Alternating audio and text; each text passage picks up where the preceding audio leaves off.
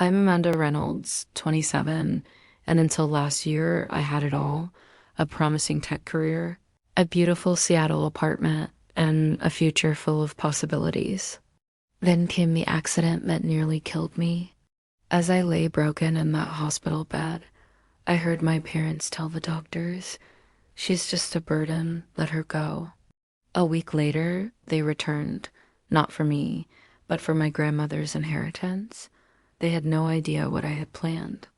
They left me to die, not knowing I could hear every word. Before I share what happened next, let me know where you're watching from in the comments. My parents, James and Catherine Reynolds, were the kind of people who viewed children as accessories rather than human beings with emotions and needs.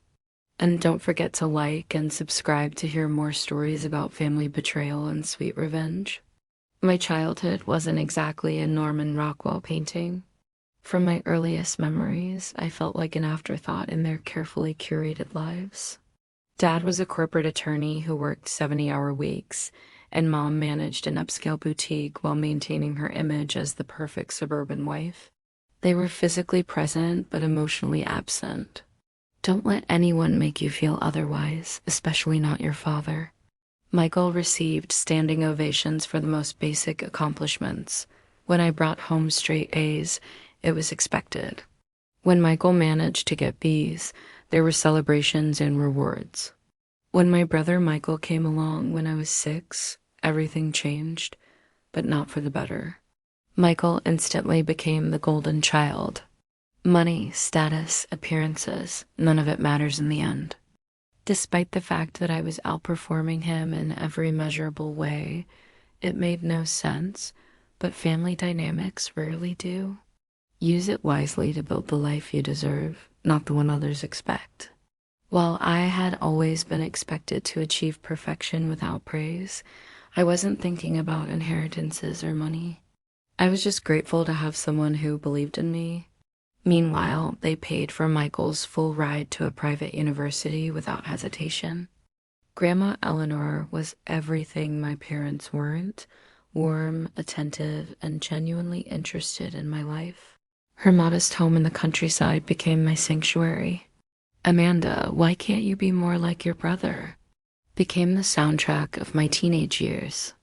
The only person who ever made me feel truly valued was my grandmother Eleanor, my father's mother.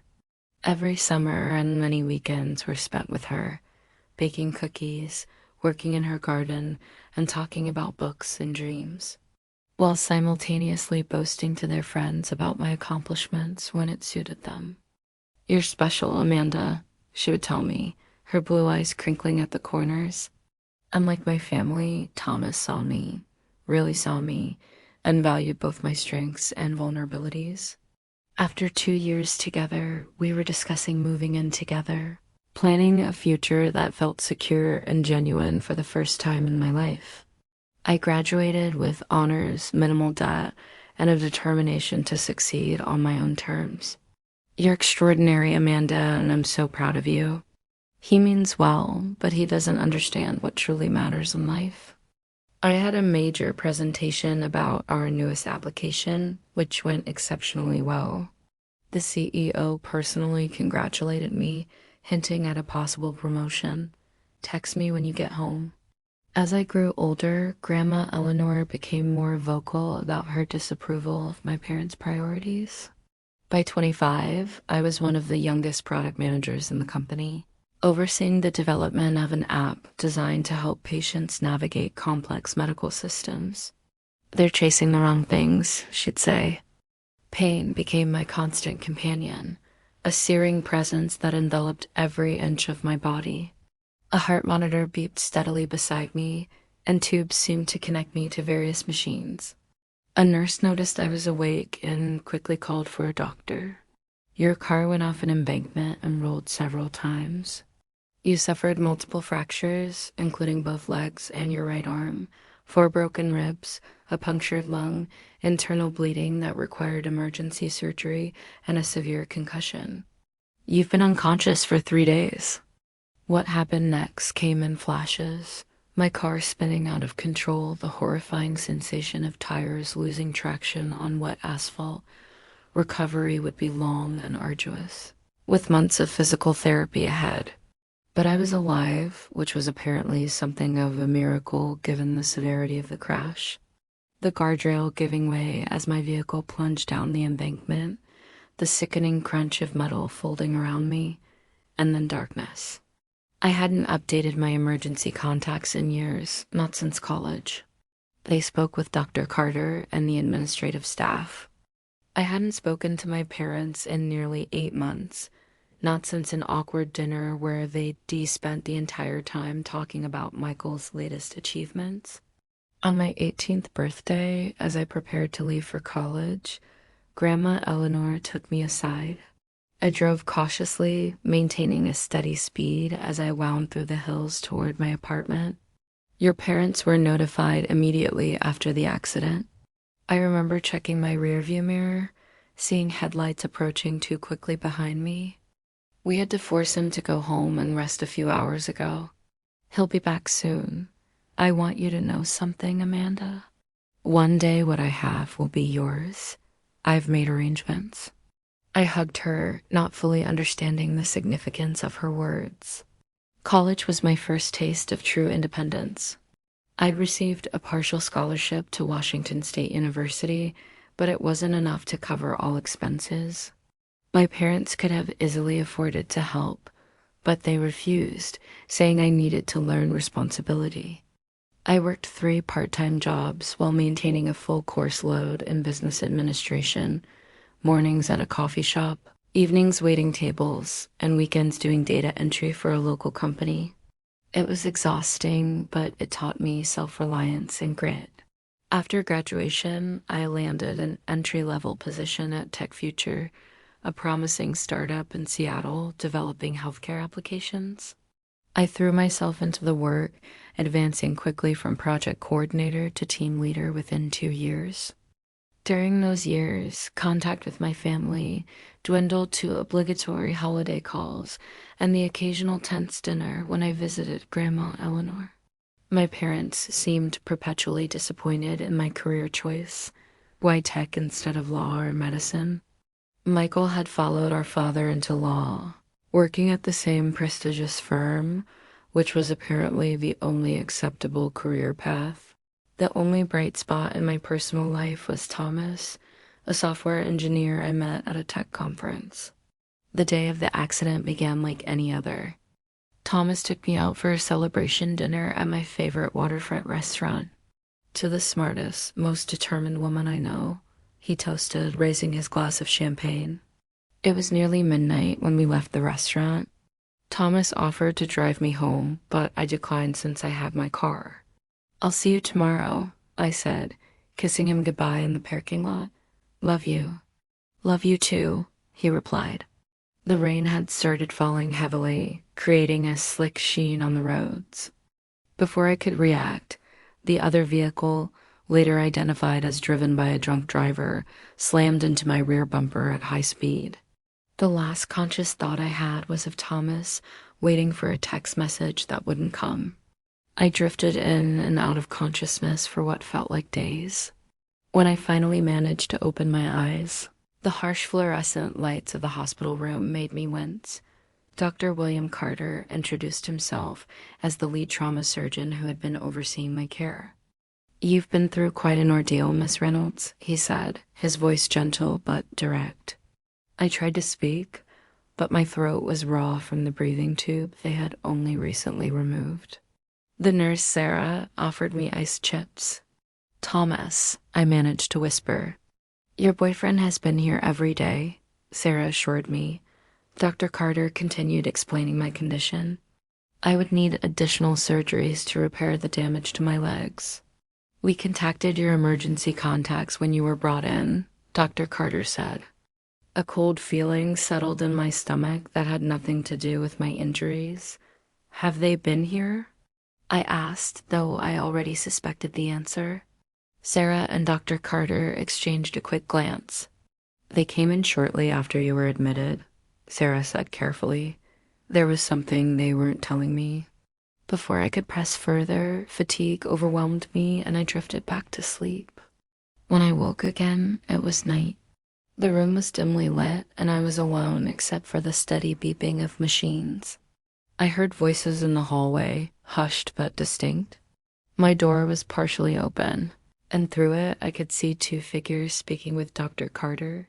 I kept my breathing steady as I heard them enter my room. My parents. Her injuries are extensive, but with proper care and time, she should recover. I don't know what instinct made me close my eyes and pretend to still be unconscious, but something in their body language triggered a warning in my mind. No change, my mother's voice, cool and detached. My father's voice now, with that familiar impatient edge. As I explained, she woke briefly earlier today, but she's heavily sedated for the pain, Dr. Carter replied. Amanda has always been difficult. Headstrong. She cut us out of her life years ago. She's just been a burden her whole life. Just let her go. And what exactly does proper care and time entail? Dr. Carter outlined the treatment plan, multiple surgeries, weeks in the hospital, months of rehabilitation, and significant medical expenses. With proper treatment, she has every chance of a full recovery. As he spoke, I felt my parents' presence move closer to my bed. Even with insurance, the out-of-pocket costs will be substantial, Dr. Carter finished. We simply think it might be kinder to let nature take its course.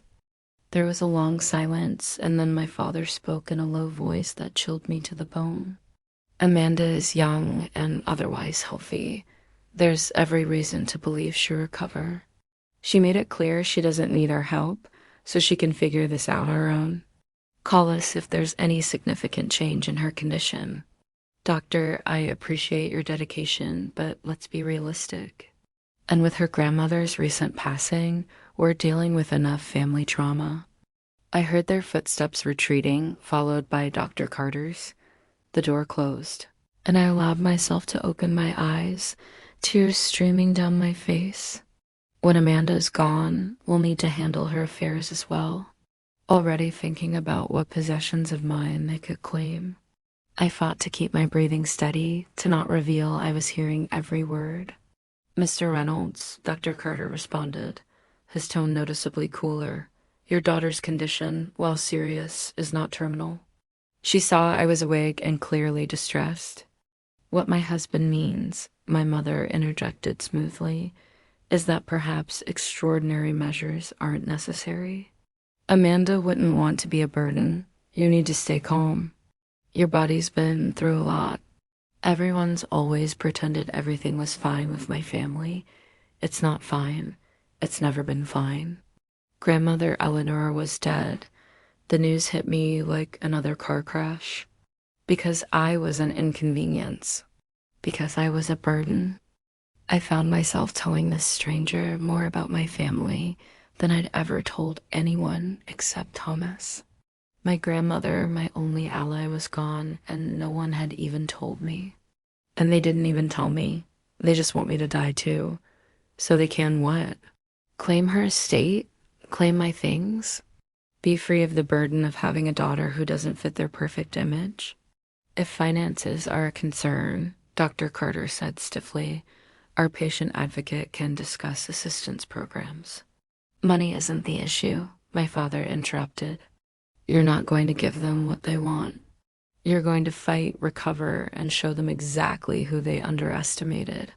I heard Dr. Carter take a deep breath. I need time to understand what's happening with my grandmother's estate and protect myself. Mr. and Mrs. Reynolds, I'm obligated to pursue all reasonable treatment options for my patient I would survive. Not just despite them, but to reclaim my life and whatever Grandma Eleanor had intended for me. As Stephanie left, I closed my eyes again, not to sleep, but to think. One to place pins in my shattered right leg, and another to address lingering internal bleeding. The physical agony was nearly unbearable, but it paled in comparison to the emotional wound left by my parents' betrayal. Thomas arrived early the morning after I first regained consciousness, his face haggard with worry. When he saw I was awake, he broke down in tears. "Fine," my father said tersely. "Do what you must. But we won't be responsible for the bills. When they called me from the hospital, they said you might not make it through the night. If my parents come back, don't tell them I was conscious. Don't tell them I heard everything. Let them think I'm still in critical condition. We should be going," my mother added. With Eleanor's estate matters and the funeral arrangements, we're overwhelmed. They were already planning my funeral.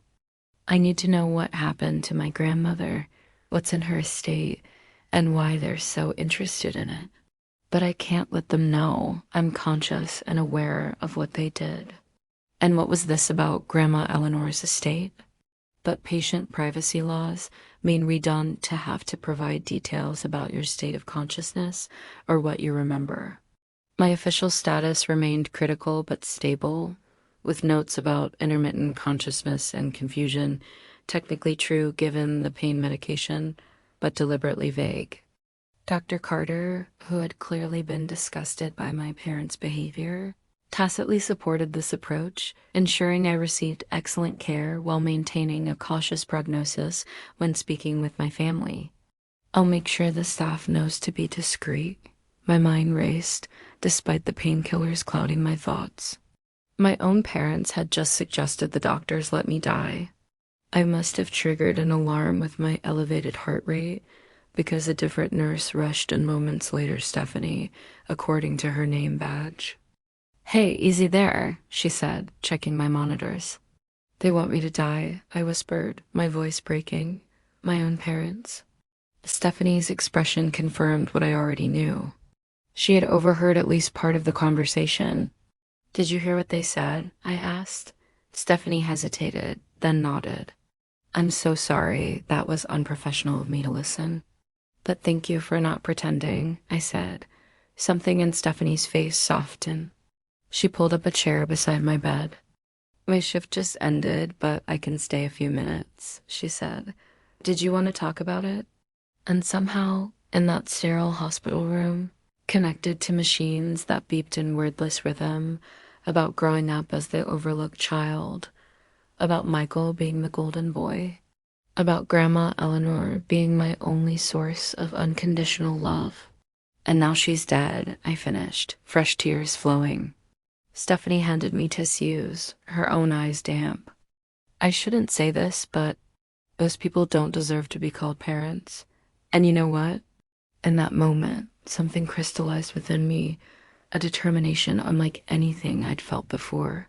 "I need a favor," I told Stephanie. Stephanie raised an eyebrow. "That would be highly unethical." "I know," I admitted. "But they've made it clear they were waiting for me to die so they can profit." Stephanie was quiet for a long moment. "I can't lie about your medical condition," she finally said. It wasn't much, but it was a start.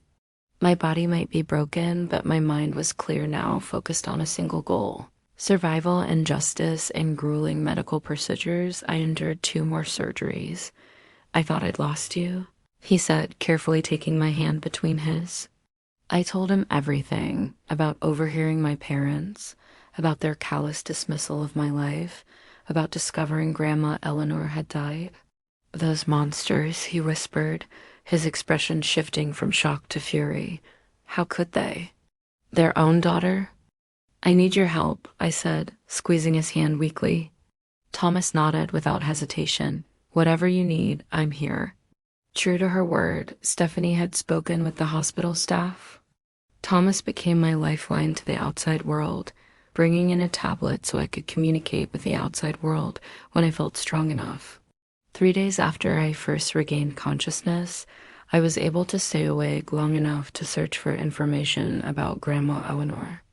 Her obituary confirmed what I had heard. Eleanor Grace Reynolds had passed away peacefully in her sleep just 2 weeks before my accident at the age of 78. It requested donations to the local library in lieu of flowers, which was so perfectly Grandma Eleanor that it made me cry. With Thomas's help, I checked my personal email, something I hadn't been able to do since the accident. The subject line read, current estate of Eleanor Grace Reynolds. She had loved that library, volunteering there well into her 70s. The timing struck me as a cruel cosmic joke, losing my grandmother and nearly losing my own life within such a short span. The obituary mentioned she was survived by her son James Reynolds, daughter-in-law Catherine, and grandchildren Michael and Amanda. The total value exceeds $4.7 million. Please contact me at your earliest convenience to discuss the necessary legal proceedings to transfer these assets into your name. What the obituary didn't mention was her estate or any inheritance. For that, I needed more information.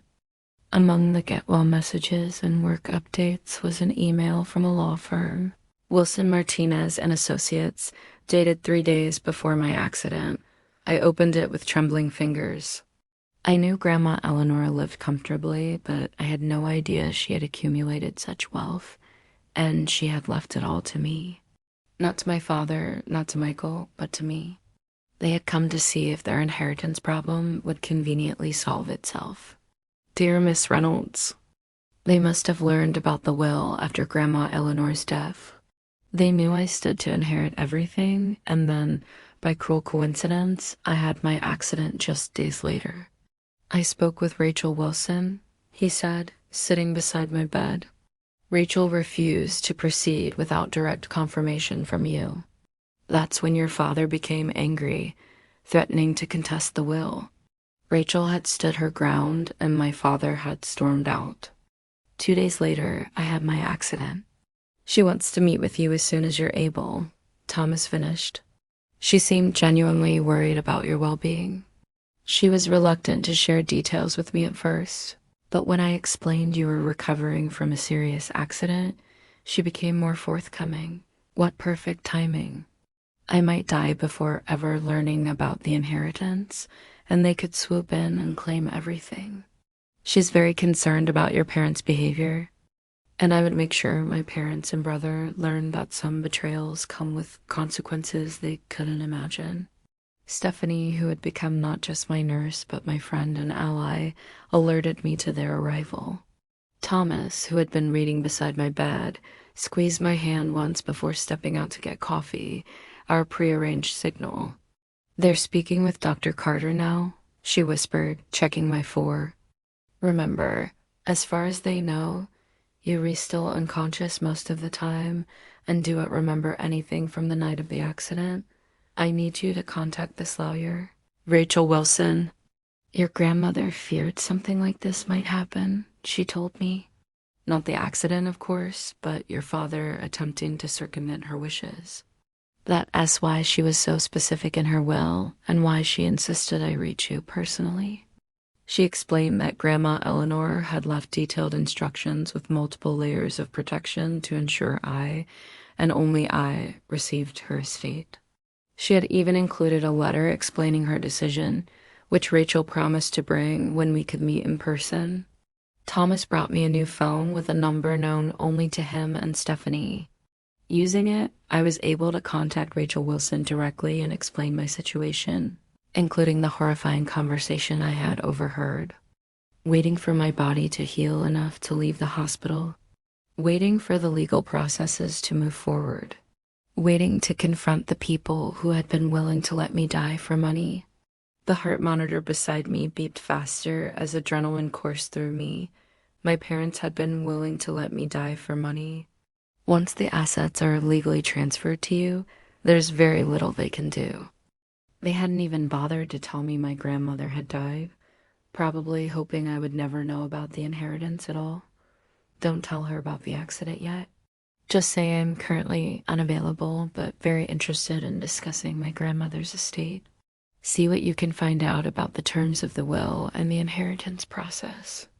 If I died as my father's only living child, he would likely be next in line to inherit. My name is Rachel Wilson, attorney at law, representing the estate of your late grandmother, Eleanor Grace Reynolds. I have been attempting to reach you by phone without success. It is with great urgency that I request you contact our offices regarding your inheritance, as specified in your grandmother's last will and testament. Per your grandmother's explicit instructions, you have been named the primary beneficiary of her estate, which includes her primary residence, two additional properties, and substantial investment holdings. My deepest condolences for your loss. When she couldn't reach me, she had notified my father as the secondary contact, informing him that I was the sole beneficiary. She had been surprised when my father appeared at her office the very next day, claiming I had asked him to handle the estate matters on my behalf. She didn't believe him, Thomas said. Sincerely, Rachel Wilson, ESQ. I stared at the screen, stunned. 4.7 million properties, investments. Suddenly, my parents' behavior made perfect, horrifying sense. They hadn't come to the hospital out of parental concern. Thomas, I said, my voice steady despite the storm of emotions within me. As Thomas made the call from outside my room, I lay back against the pillows, mind racing. Thomas returned 20 minutes later, his expression grim but determined. According to Thomas, Rachel had attempted to contact me multiple times before resorting to email. Your grandmother had apparently been very specific about her concerns regarding your father's financial motives. I nodded slowly, pieces falling into place. My parents must have been ecstatic when they got the call about my accident, I said bitterly. Thomas took my hand, his eyes fierce with protective anger. We won't let that happen. Over the next days, as I continued my painful physical recovery, we formulated a plan. Rachel was appalled. For now, Rachel advised, let your parents believe you're still unconscious or unaware. It gives us time to secure your inheritance without interference. It was a waiting game now. As I lay in that hospital bed, I made a promise to myself and to Grandma Eleanor's memory. I would not only survive, I would thrive. Exactly 7 days after they had first visited and left me to die, my parents returned to the hospital. I nodded, taking a deep breath to steady my nerves before closing my eyes and assuming the position of a semi-conscious patient. The door opened, and I heard 3 sets of footsteps enter the room. My parents, and, based on the heavier tread of the third person, my brother Michael. The brain trauma was significant, and while the swelling has reduced, we're still monitoring her cognitive function closely. As you can see, she's stable but still experiencing periods of unconsciousness. Dr. Carter was explaining, his professional tone masking the contempt I knew he felt. Some patients make complete recoveries. Others experience lasting effects. Will she recover fully? My mother's voice, precise and controlled as always. It's too early to make a definitive prognosis with brain injuries, Dr. Carter replied. And how long before you'll know? My father asked. These things can't be rushed, Mr. Reynolds. Your daughter's body needs time to heal. There was a pause, and then my brother's voice, closer to my bed now. She looks terrible. Few people look their best after such trauma. She was in a catastrophic car accident, Michael, Dr. Carter said dryly. I meant no offense, Michael backpedaled. It's just shocking to see her like this. We're all very concerned. I felt someone take my limp hand, Michael, based on the position. It took every ounce of self-control not to flinch away from his touch. I encourage family members to speak to their loved ones even when they appear unresponsive. Can she hear us? He asked. The lawyer is being difficult about Eleanor's estate. She insists on speaking directly to Amanda. Possibly, Dr. Carter answered. Many coma patients report later that they were aware of visitors. If Amanda remains incapacitated, James will petition for conservatorship. As her next of kin, he would be able to make decisions regarding her assets, including any inheritance. The accident provides a convenient explanation for memory gaps. But I forced myself to remain still, gathering every damning word as evidence. We simply tell her that Eleanor left her portion of the estate to you, Michael, as was always the plan. We'll need a moment alone with our daughter, my father said, his tone making it clear this wasn't a request. I heard Dr. Carter hesitate before responding. Of course. I'll be at the nurse's station if you need anything. She need a guardian appointed, your father, then it won't matter what she remembers. The door closed, and for a moment there was silence. It doesn't matter now. What matters is ensuring the family assets remain with those who know how to manage them properly. We may need to find another attorney to represent our interests, and held up his phone. I started recording the moment they asked Dr. Carter to leave. Amanda has always been impulsive and emotional, entirely unsuited to handling significant wealth. Then my father spoke in a low voice. This is a complication we didn't need. How's that supposed to happen if she's unconscious? Michael asked, dropping my hand unceremoniously. Rachel Wilson confirmed she hadn't been able to reach Amanda before the accident. And even if she did know, a traumatic brain injury often affects recent memories. Will simply express concern about her confusion regarding grandmother's wishes. I just didn't want to believe they'd go this far. It doesn't, my mother replied calmly. That's the point, Michael. And if she wakes up? Michael pressed. After everything you've done for her, Dad, after everything I've accomplished. Amanda barely visited in the last few years. Let's hope she doesn't remember much, my father said. I had visited Grandma Eleanor regularly despite my busy schedule. It was my parents and Michael who had rarely made time for her. Every painful step, every grueling exercise was fueled by my resolve to escape the hospital before my parents could implement their plan for conservatorship. Rachel had moved with impressive efficiency once she understood the urgency of the situation. Together, we would ensure my parents and brother would face the consequences of their callous calculation that my life was worth less than my grandmother's money. He's preparing the paperwork. We just need to demonstrate that Amanda is incapable of managing her affairs. I felt sick listening to them casually plot to steal my inheritance through lies and manipulation. What if she does remember? Michael sounded nervous. What if she already knows about the will? She doesn't, my father snapped. Besides, my mother added coldly, if she remains in this state much longer, the doctors will recommend long-term care. He had never approved of Thomas, considering him beneath our family's social status despite his successful career in tech. I still don't understand why grandmother would leave everything to Amanda, Michael complained. I nearly gave myself away then, wanting to scream at his hypocrisy. But Thomas knew better, and I could sense his barely contained anger as he reclaimed his seat beside my bed. Your grandmother was always sentimental about Amanda, my father said dismissively. Michael has a meeting with the senior partners this afternoon, and Catherine and I have funeral arrangements to finalize. I need to check on the petition for conservatorship, my mother said. Rachel Wilson is becoming suspicious of our involvement. Every word, he confirmed. I closed my eyes again, this time in relief. Good. Send it to Rachel. Tell her to add it to the file. Family dynamics can be complicated, as I'm sure you understand. Thomas sent the recording, then sat beside me, taking my hand. Properly now. They're monsters, Amanda. I knew your relationship with them was strained, but this... They've always been this way, I said quietly. I looked up at him, resolve hardening within me.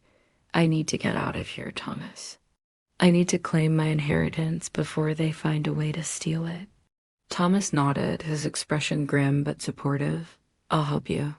We all will. And I knew he meant it. In the darkness of betrayal, I have found true allies. Thomas, Stephanie, Dr. Carter, and Rachel Wilson. Over the next 2 weeks, I threw myself into recovery with a determination that surprised even my physical therapists. I've never seen anyone push themselves this hard, remarked Marcus, my lead physical therapist, as I forced myself to stand on my healing legs for 10 seconds longer than the previous day. I have motivation, I replied through gritted teeth. While I worked to rebuild my broken body, Thomas and Rachel Wilson worked on securing my inheritance. I've already contacted Harrison, my father replied. The longer she stays unconscious, the easier that becomes. Michael observed with such callousness that I felt a new wave of hatred wash over me. Indeed, my mother agreed, though we must appear appropriately concerned to the medical staff. They continued discussing their plans, unaware that every word was cementing my determination to defeat them. After about 20 minutes, Thomas returned, forcing them to adjust their conversation to more benign topics. "Any change?" he asked, maintaining his role as the concerned boyfriend, unaware of their schemes. "None," my father replied curtly. "The doctors are optimistic," my mother added with false warmth. "We're praying for her recovery." The lies flowed so easily from her lips that an outsider would never suspect the truth. "We should be going," my father announced. "Funeral arrangements?" Thomas questioned, the perfect note of confusion in his voice. "For Amanda's grandmother," my mother explained. "She passed recently. The service is tomorrow." "Amanda never mentioned her grandmother was ill," Thomas said. "They weren't close in recent years," my mother lied smoothly. After a few more pleasantries, they finally left. I waited until Thomas confirmed they were gone before opening my eyes, rage and determination burning away any remaining doubt about what I needed to do. "Did you get it all?" I asked. Thomas nodded. "Your grandmother's will is ironclad," she assured me during a covert visit to my hospital room. "She anticipated potential challenges from your father and took extraordinary legal precautions." Rachel had brought the letter Grandma Eleanor had left for me, written in her familiar, elegant handwriting that brought tears to my eyes. "My dearest Amanda, please don't mourn me too deeply. I've lived a full life, and my greatest joy was watching you grow into the remarkable woman you've become. But because I see in you the values I hold most dear, integrity, compassion, and the courage to forge your own path, I fear what they might do with wealth they haven't earned. If you're reading this, I've left this world behind. I've made the decision to leave my estate to you, not out of any desire to create family discord. Your father and brother have chosen different values, prioritizing status and financial gain above all else. Use these resources wisely, Amanda, not merely to enrich yourself, but to create meaning and positive change. I trust your judgment completely. Your father was explicitly excluded from inheritance, though she did establish a much smaller trust for Michael. Your grandmother was very clear about her wishes. With all my love, Grandma Eleanor. After witnessing my parents' behavior firsthand, he took a special interest in my case, accelerating my treatment plan where medically appropriate and true allies at my side. The physical therapy sessions left me exhausted but satisfied as I progressed from wheelchair to walker to cane. Meanwhile, Rachel Wilson worked tirelessly to finalize the transfer of Grandma Eleanor's estate into my name. It was time to prepare for the final confrontation, the moment when they would discover just how catastrophically their plans had failed. The main residence, the lake house, and the condo in Florida are now legally yours. The investment accounts are next, but those are more complex due to the size of the holdings. The letter shattered something inside me, the last lingering hope that perhaps I had misunderstood my parents, that they couldn't really be as calculating and cruel as they seemed. I want to end this on my terms, not theirs. But Grandma Eleanor had seen their true nature clearly, long before their hospital room plotting confirmed it. The will specifies that if you were to die, the estate would be divided among several charities Eleanor supported, Rachel explained. But with Dr. Carter's comprehensive neurological assessment and your documentation of active involvement in managing the estate transfer, their case is extremely weak. Still, your father has considerable influence in certain legal circles, so we can't take anything for granted. Not only would they have lost nothing if I had passed away in the accident, but they had likely assumed my father could challenge the charitable designations more easily than he could challenge my inheritance. Selling quickly might mean accepting slightly lower offers, but with properties of this value, that's still substantial returns. converted to cash as quickly as possible.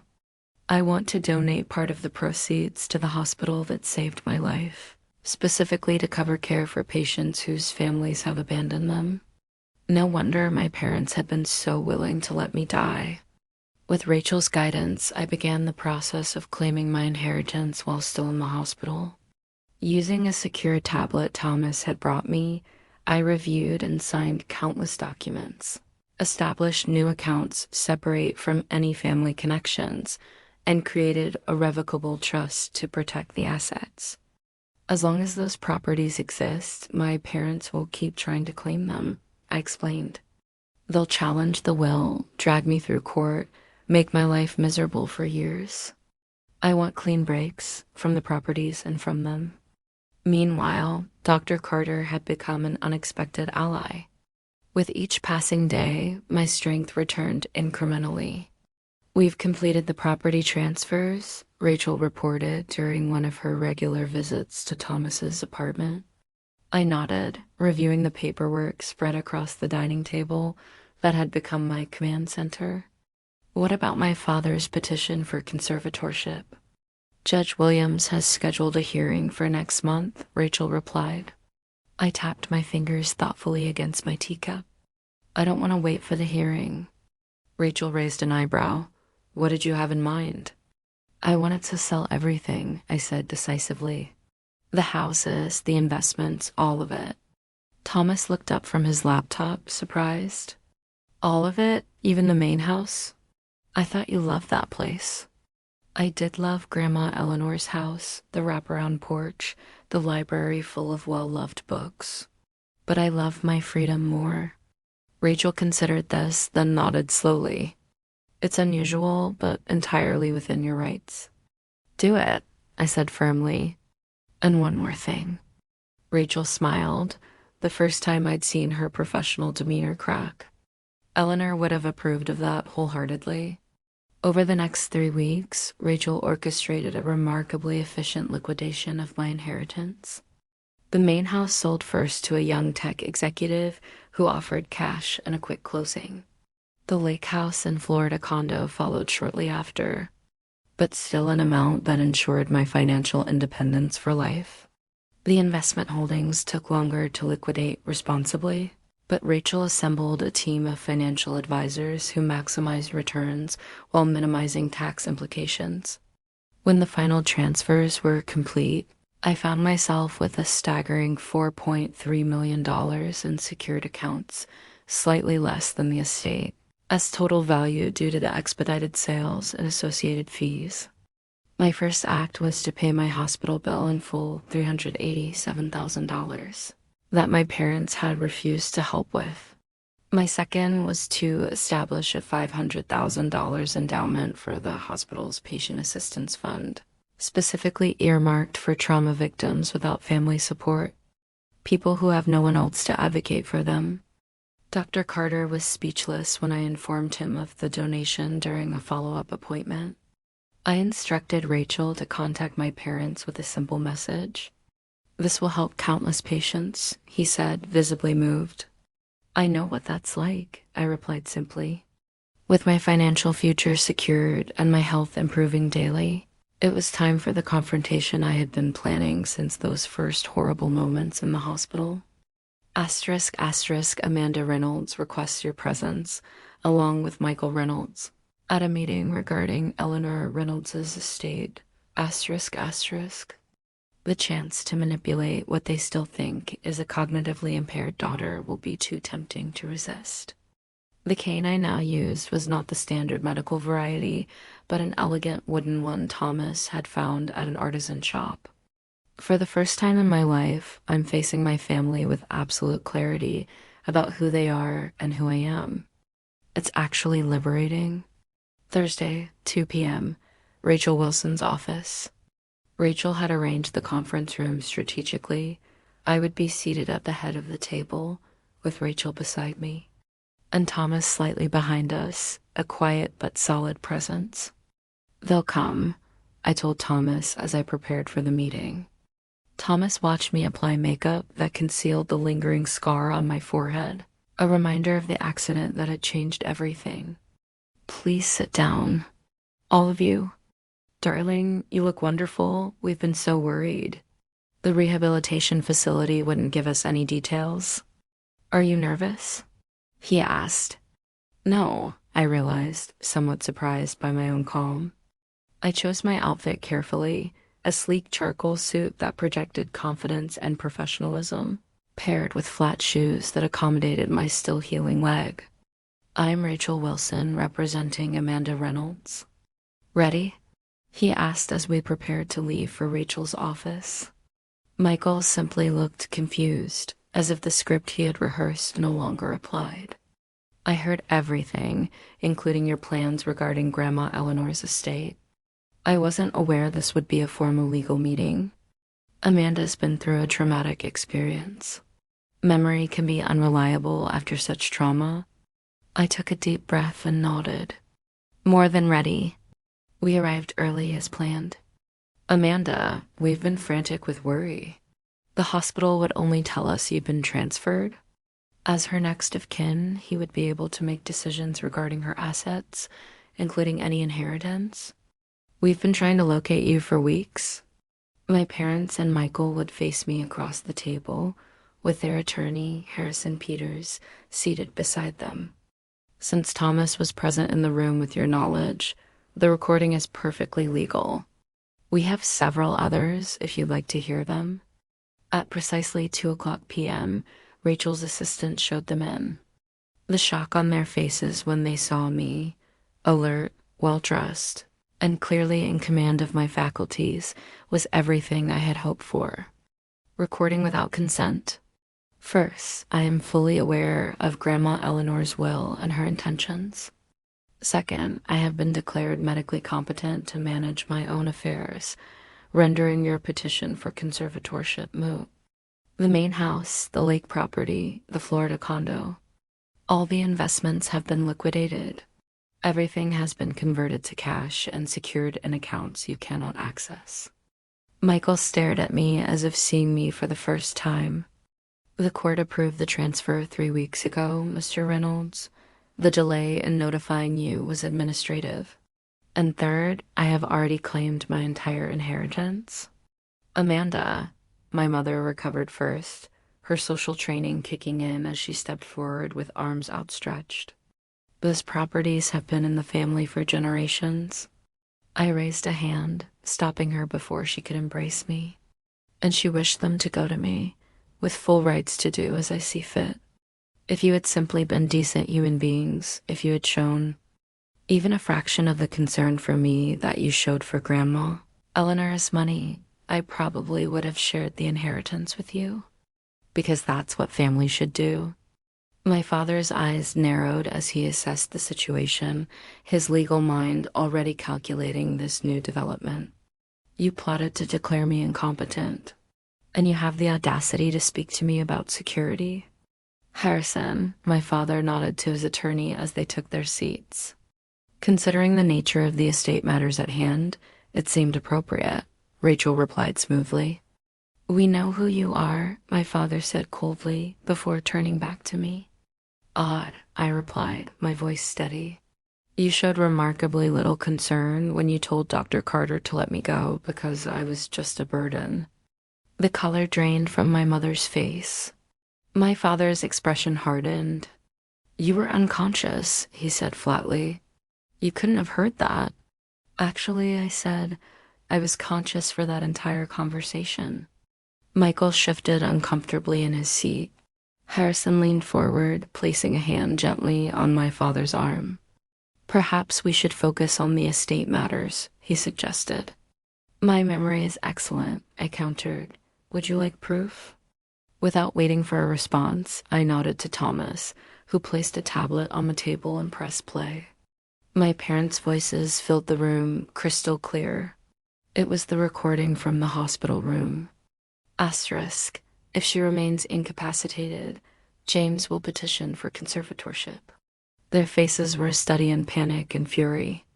My father lunged for the tablet, but Thomas smoothly slid it out of reach. That's illegal. My father barked. Actually, Rachel interjected, Ohio is a one-party consent state for recordings. What is this? My mother snapped, her perfect composure beginning to crack. Some kind of blackmail? This is a courtesy meeting, I said evenly, to inform you of several facts. That's impossible, my father scoffed. The estate transfer requires court approval, which hasn't been granted yet. Rachel smiled thinly. My father turned to me, his expression darkening. What have you done, Amanda? I've sold everything, I said calmly. The silence that followed was deafening. My mother's hand flew to her throat in shock. You can't do that, my father sputtered. They were Grandma Eleanor's to dispose of as she wished, I replied. Harrison Peters was whispering urgently to my father, who waved him off impatiently. Why would you do this? My mother asked, genuine bewilderment in her voice. That was your legacy. Your security. My security? I echoed, incredulous. You left me to die in that hospital. You refused to pay my medical bills. For once, my mother had no ready response. You know what's truly ironic? I continued, my voice steady despite the emotion churning beneath. Michael finally found his voice. So that's it? You get everything and we get nothing, after all we've done for you? Michael said, his voice tinged with disbelief. I couldn't help but laugh, a short, bitter sound. What exactly have you done for me, Michael? Besides hope I would die so you could get your hands on money you didn't earn. He flushed, unable to meet my eyes. This isn't over, my father snapped, the lawyer in him fully emerging now. We'll contest the sales. Challenge the will. On what grounds? Rachel interjected coolly. That Eleanor was mentally incompetent. Her doctor and estate attorney will testify otherwise, that Amanda was coerced. The will was drafted years before her accident. These are copies of the recordings, Dr. Carter's notes from your hospital visit, and statements from multiple hospital staff regarding your behavior.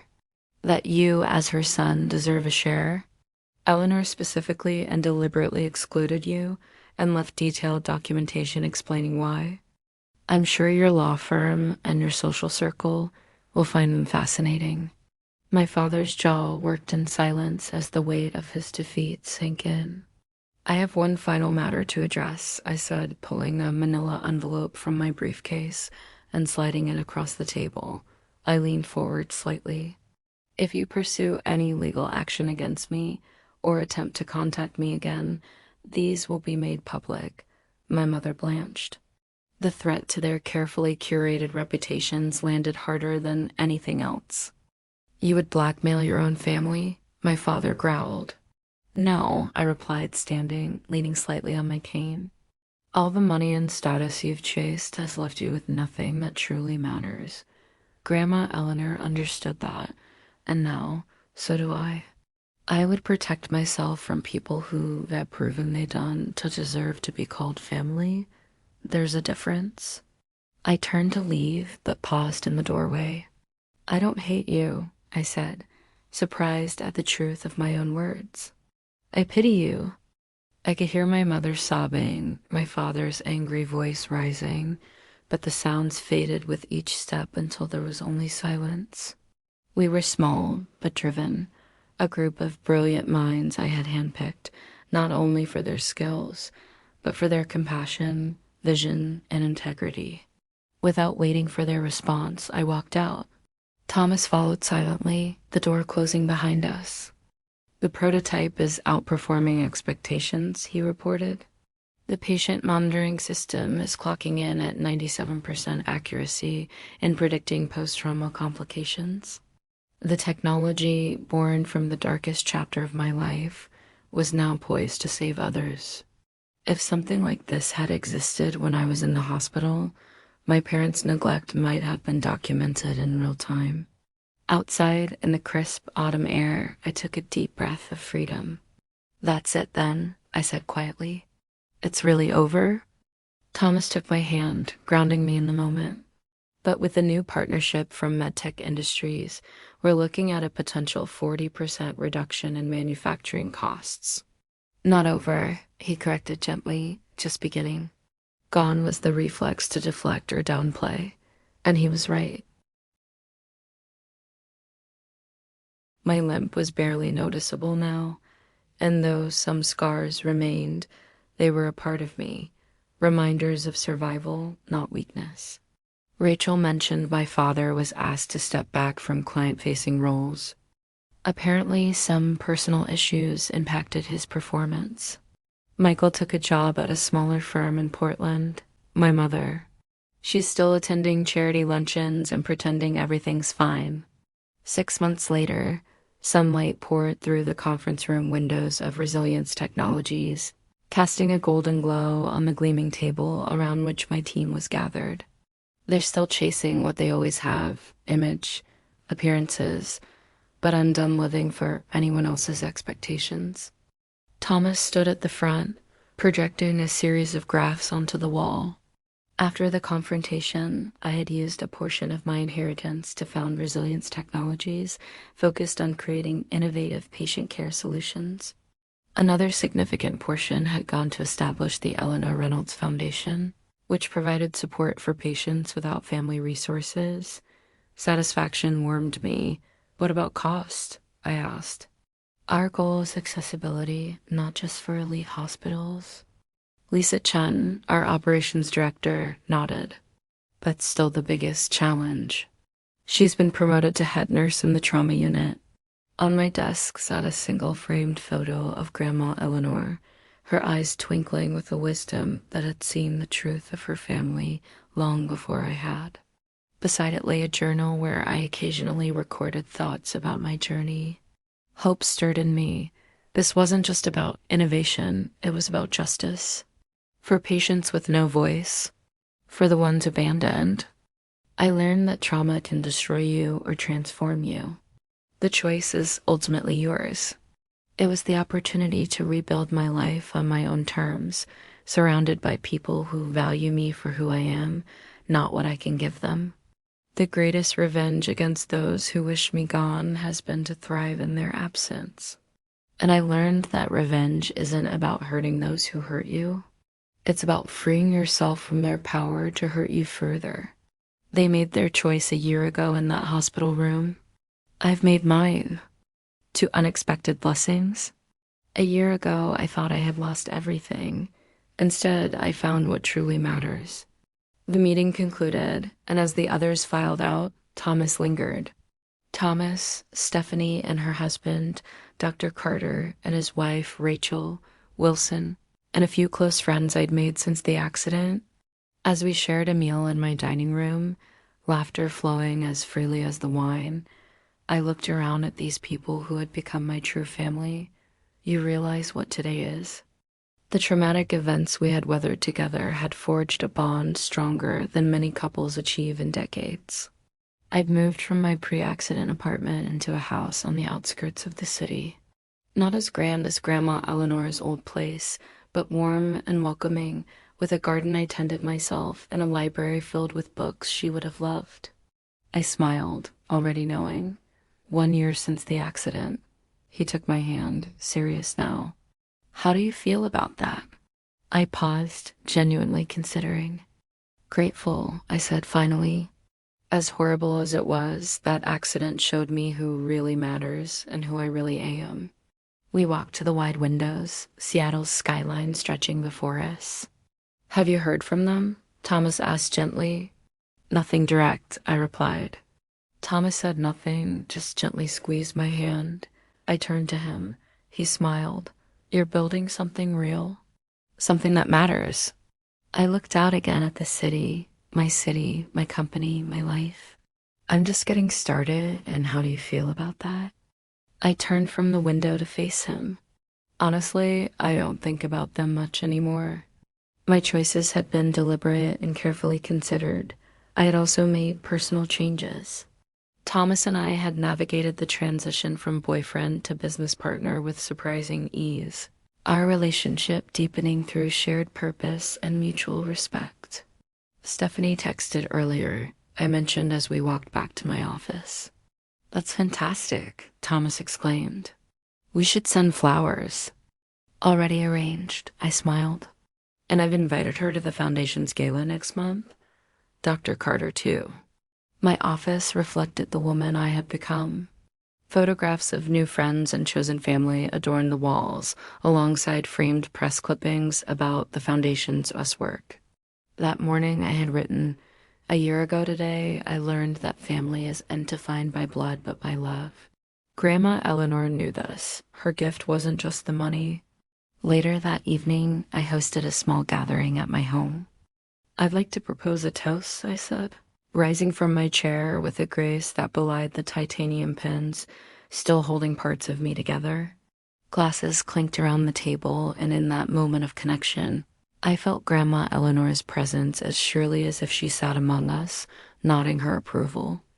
After my guests departed, I stood on my back porch, gazing at the stars scattered across the clear night sky. The cool air carried the scent of the roses I had planted in Eleanor's memory.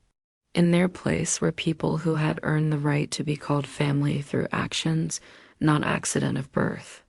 In the stillness, I felt a profound sense of peace that had been hard-won through pain and betrayal.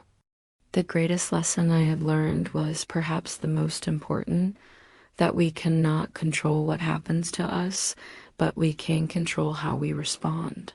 How fitting that their betrayal had ultimately led not to my destruction, but to my liberation from their expectations, their conditional love, their toxic presence. The family that had once defined me was gone from my life. Their absence a healing rather than a wound. The wealth that my parents had coveted had become not an end in itself, but a means to create meaning and positive change. Exactly as Grandma Eleanor had hoped. Stronger, yes, but also softer in the ways that mattered, more compassionate, more authentic, more present in each moment. But I had reclaimed both my life and my legacy, creating a future they could neither control nor diminish. Have you ever had to create boundaries with toxic family members or rebuild your life after betrayal? Share your experiences in the comments below. And vanishing from their lives, I hadn't just denied them the wealth they coveted. I had claimed the freedom to become the person Grandma Eleanor had always seen in me. That was the true inheritance she had left me. And unlike money or property, it was something no one could ever take away. The accident and betrayal that might have broken me had instead revealed my true resilience. My parents had chosen greed and deception. I had chosen growth and purpose. I thought back to that terrible moment in the hospital when I had heard my parents dismiss my life as a burden, their casual cruelty merely destroying me.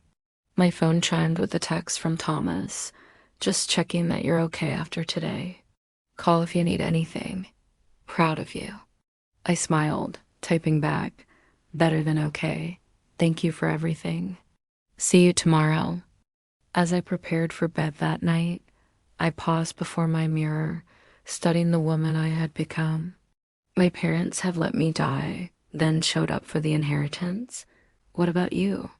Have you ever had to create boundaries with toxic family members or rebuild your life after betrayal? And if my story resonated with you, please like, subscribe, and share it with someone who might need to hear that it is possible to rise from the ashes of betrayal even stronger than before. Thank you for listening, and remember, sometimes the family we choose is more valuable than the family we're born into.